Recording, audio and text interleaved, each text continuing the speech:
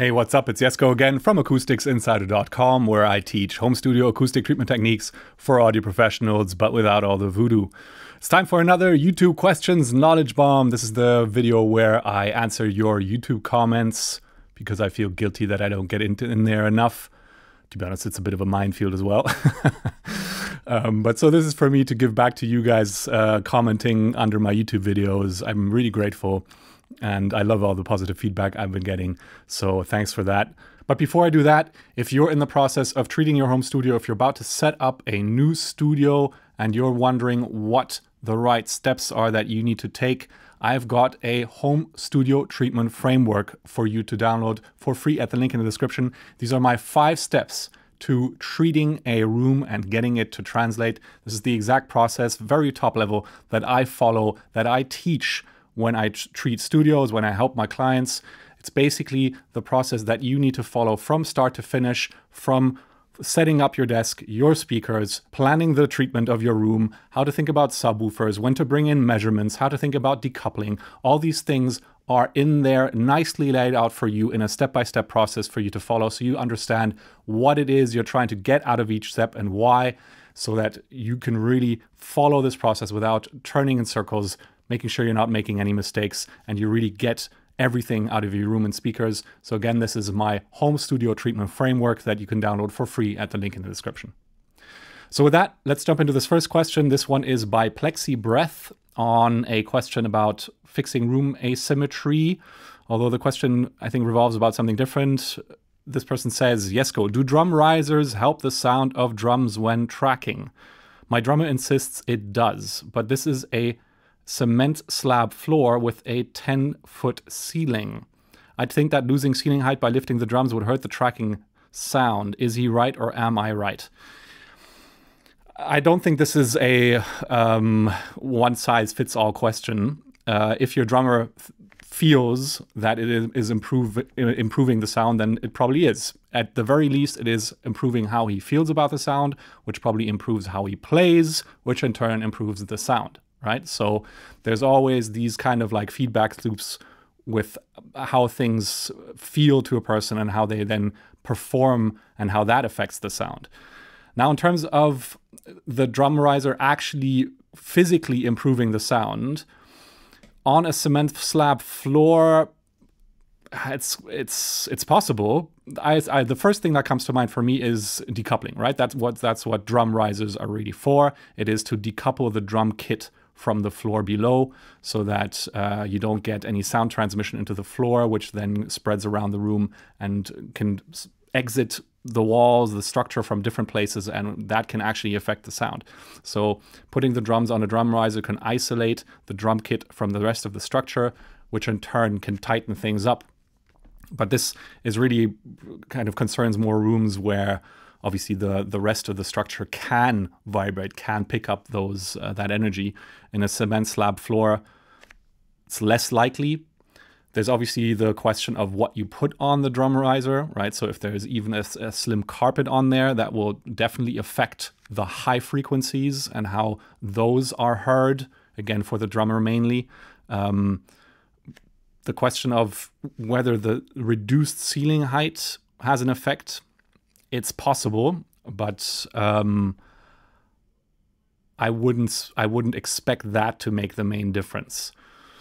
Long story short, I can't give you a yes or no answer. I would say if the drummer insists that it does, believe him, because that will also, well, first of all, it mainly means that he will perform better, which will in turn have the greatest impact on the sound that you can have. So in that sense, do drum risers help the sound of drums when tracking? In your case, they do, obviously. Moving on to the next question. This one is by Mike Huntington 4440 on a video called Cheap Bass Control, Is It Possible? And he says, in your little chart, you say that the effectiveness of room correction software is low. I couldn't more strongly disagree. Maybe you've just used really bad software, but in terms of improving and managing bass performance, room correction software can be incredibly effective. Room correction software can be incredibly effective at controlling the frequency response, but not the time response. And that's what proper low-end control needs to do. right? It needs to control the time response, which is actually the thing that affects the frequency response, okay? So in that sense, room correction is a bit of a band-aid, and there are limits to it. Basically, once it's corrected the frequency response to the extent that it can, there's nothing else it can do. It cannot control or it cannot affect the time response of the room. And so that's why, in my opinion, in terms of actual bass control, full effectiveness, both in frequency and time, room correction software has low effectiveness. Yeah, so that's why. But a good question. I do see your point. But keep in mind, there's more to this than just making a flat frequency response. So this next one is by Kane D. Williams on a video called Home Studio Acoustics. My room is asymmetrical, should I fix it? Same video then as before. Kane says, Jesko, I remember you saying that a very small room will have no standing waves, but the pressure from the bass will be there. If the room is small enough not to have standing waves, then is the bass hunter technique still required, or can the listening position be anywhere? Thanks. Okay, so major misunderstanding here. I'm not sure where you heard that. I definitely did not say that a very small room will have no standing waves, because that's simply not true. What happens as the room shrinks is that the frequencies at which these standing waves form move up in frequency. And there's a region, a frequency region below where standing waves form, where you have pure pressure, basically the pure pressure increase. Basically the room kind of, if you will, kind of blows up like a balloon, inflates like a balloon, at least it's trying to, right? So in terms of frequency regions, at the very, very low end, below the region of standing waves, we have the pure pressure area. Then comes the section where you have the standing waves, which shift in frequency depending on the room size, but they will always, always, always be there. Hence, also the bass hunter technique will always work. And then above that, you enter into reflections, right? So keep that in mind, yeah? Standing waves always, always, always form in any room, no matter what shape or size, unless it's very big. And you will always get standing waves. And for a home studio, you need to take account of that when placing your listening position. Good question. So this next one is by narrator Timothy McKean on a video called Acoustic Measurements, Some Bad Advice. And he asks an unrelated question, I guess. Jesko, how do you mount the diffuser on your door without ruining the door? I don't. I screwed in 2 screws into the door and then I hung the diffuser on top of it. Yeah, there you go. I don't care that much about putting in some screws in the wall or in the door. You know, if I ever leave, I'll just fix it. Yeah, it's fine. All right, next question on the same video by Sean B3303. He says, surprised to hear Jesko say that the placement should always be dictated by the spot with the most even bass. This relates to what I was saying before. The best bass response is sometimes in opposing corners, for example. So you get the most even bass response, but you have this super wide, weird sound stage, all for the benefit of, say, getting rid of a 100 Hertz dip. At that point, I would use headphones to check for the dipped area at 100 Hertz. So I'm not entirely sure how you judge your low end or what you consider even bass. But corners definitely don't have the best bass response. Quite the opposite. They have the worst bass response. That's why during the bass hunter technique, to identify the spot with an even bass, you put the speaker in the corner because it excites all the room modes, the majority of them at least, in the best case scenario, all the room modes, and you create a worst case scenario. Yeah, so actually corners always have the worst bass response, not the best bass response. I'm not entirely sure. Maybe you're confusing a lot of energy with good. Yeah, so that's probably the confusion here. All right. Next question on a video called Subwoofers, 3 things to get right before investing in a sub. High Grove 9625 says, do you want fat bass? Do you want to party hard? Do you like to get down? Are you cool enough? Subs are great. Subs are awesome. Crushing it. Okay. Next question. This one is by Mix Phantom 0101 on the same video, Subwoofers, 3 things to get right before investing in a sub. This person says, hey Jesko, have you ever recommended a smoothing setting for REW sweeps? Also, is there any merit to the idea of using a second subwoofer with phase rotated to reduce standing waves? I can't help thinking that key speakers are using this technique. Okay, so first question. Have you ever recommended a smoothing setting for REW sweeps? So if anything, I talk about smoothing a certain graph. You can't smooth the sweep, because the sweep is part of the measurement procedure, right? But obviously, if that then spits out a frequency response, for example, you can smooth the frequency response. And there are different settings there, usually ranging from like one octave smoothing to like 1/3, 1/6, 1/12, 1/24, 1/48, and then there are a couple of other ones. And they all have different purposes, right? So it's not like that you use one and that's the perfect smoothing. They serve different purposes, right? So for example, if you want to understand what the sound actually, what it sounds like subjectively to our ears, then something like the 1/3 octave smoothing setting will be very close. I think in REW there's also one called psychoacoustic smoothing, which tries to mimic how our brain, our ears, our hearing apparatus hears. So you can use that setting to get an idea of how things sound. And then if you want to actually go into more detail, you can have some of the settings with higher resolution. So 1/24th octave, 1/48th octave smoothing. And those will remove some of the kind of clutter in the high end, but keep all the detail in the low end, for example. So if you're looking for particular frequencies where you get cancellations or boosts, then that will be a setting to use, all right? So that's how to think about these smoothing settings, yeah? Talking about the merit of using a second subwoofer with phase rotated to reduce standing waves, there are many approaches to controlling the low end in a room. One of them is using multiple subs. Me personally, I don't recommend it just because, one, it's difficult to do. It's not impossible, but it's difficult to do. It's very costly because obviously you have to get more than one sub, but you're also using a lot of the energy that your sub plays to cancel out the energy from the other one. And so you're losing a lot of energy, a lot of headroom, basically, right? So you need to account for that. If the room is asymmetrical, this becomes quite difficult because the response in the room, the low-end response, is asymmetrical. So there's a lot of experimentation that needs to go into this. And more importantly, you can actually get great bass with just one sub. Right? So my recommendation is to just start with one, learn the techniques to actually tie in the sub properly with just one subwoofer. Make sure you get everything out of that one subwoofer, work with that. And if you then decide, you know what, I know how this works, I'm confident I can use a multi-sub setup, sure. But understand that this is a proper engineering task. You need to set these things up. You need to place them correctly.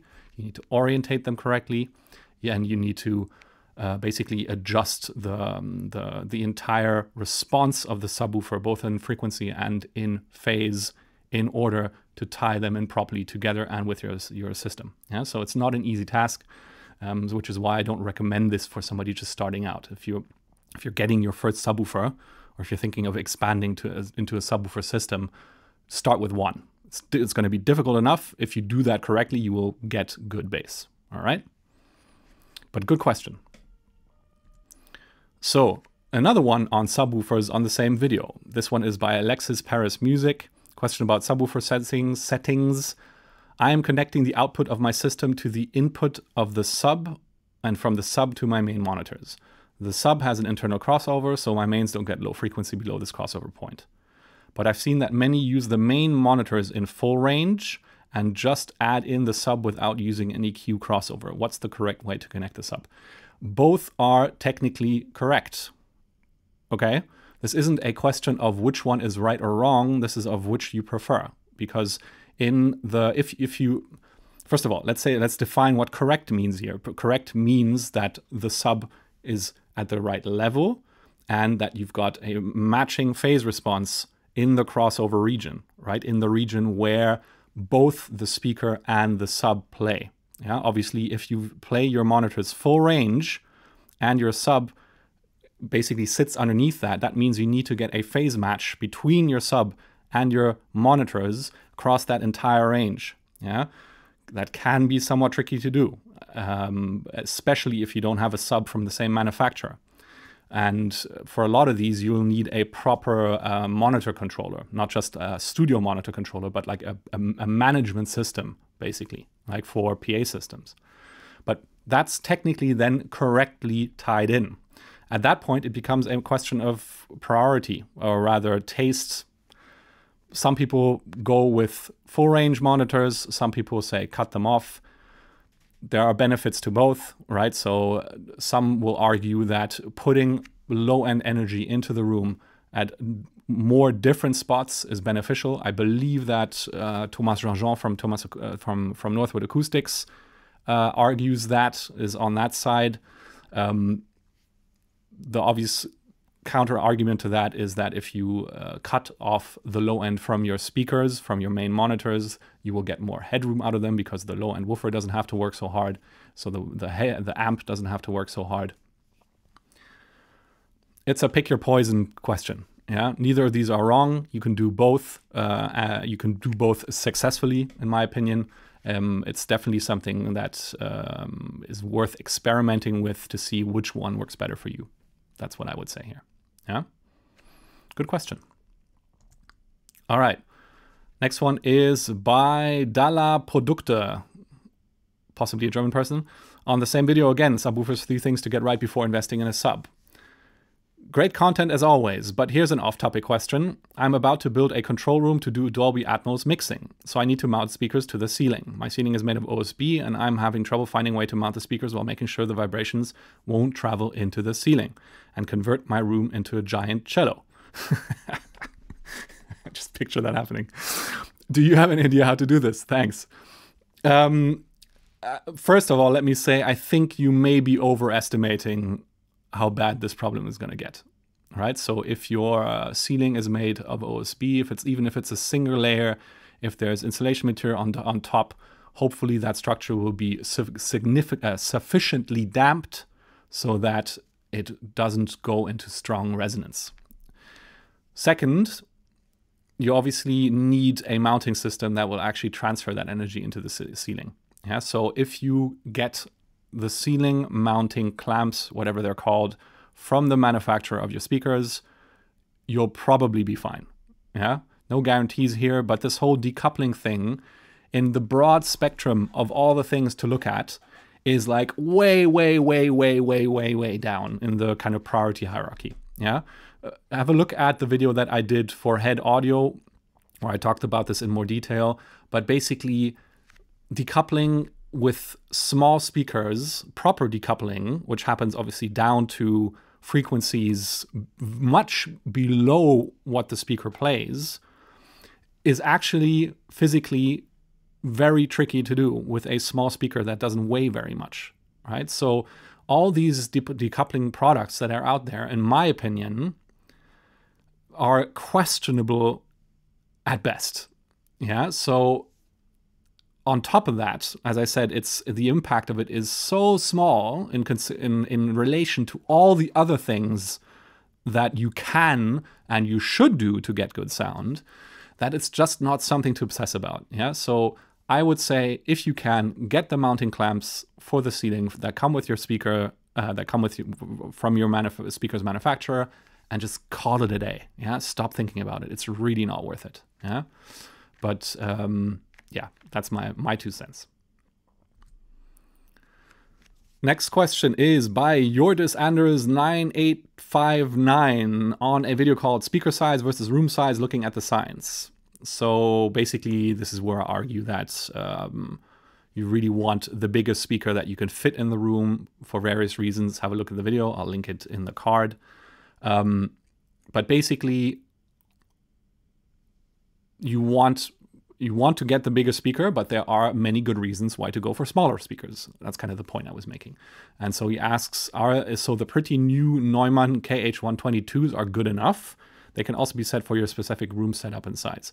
Yeah, the Neumann KH120s have always been absolute bombs, really, really great speakers for their size. And so they are an excellent choice. Yeah, they're very small, they're very flexible for small rooms. Think like 12 by 15 feet or something, 3 by 4 meters, that kind of room size. They are fantastic speakers. Yeah, so yeah, definitely go for those if you want to. All right, final question. This one is on DIY bass traps. Is insulation material a health hazard? This question is by Studio Polka. And he says, I love all the good info you put out here. I was wondering, do you have a guide on how you would go about building rock wool panels? Materials, thickness, what kind of rock wool, and so on. I'm in Denmark, so I think the materials are somewhat the same. Thanks again. Yes, I have a full online course that you can get. It's linked at in the description. You can find it on the Acoustics Insider website. It's called Build a Better Bass Trap. And I've designed that. I built that online course specifically to teach you how to design and build your own porous absorber broadband bass traps, basically, right? So I go through everything you need to know, right? So finding the materials, how to come up with the design, what thickness to get, and there's a large list of materials in there that I'm constantly updating with new products, and I'm pretty sure that I've got some products in there that you can get in Denmark as well. Yeah, so if you're thinking about building your own bass traps, definitely check out my course, Build a Better Bass Trap, because it's specifically made for someone like you, so you can design and build your own. Yeah, good question. So with that, let's wrap up here. I hope you enjoyed the segment. As always, let's get back to learning to trust our ears and have fun making music in the studio. I'll see you in the next one.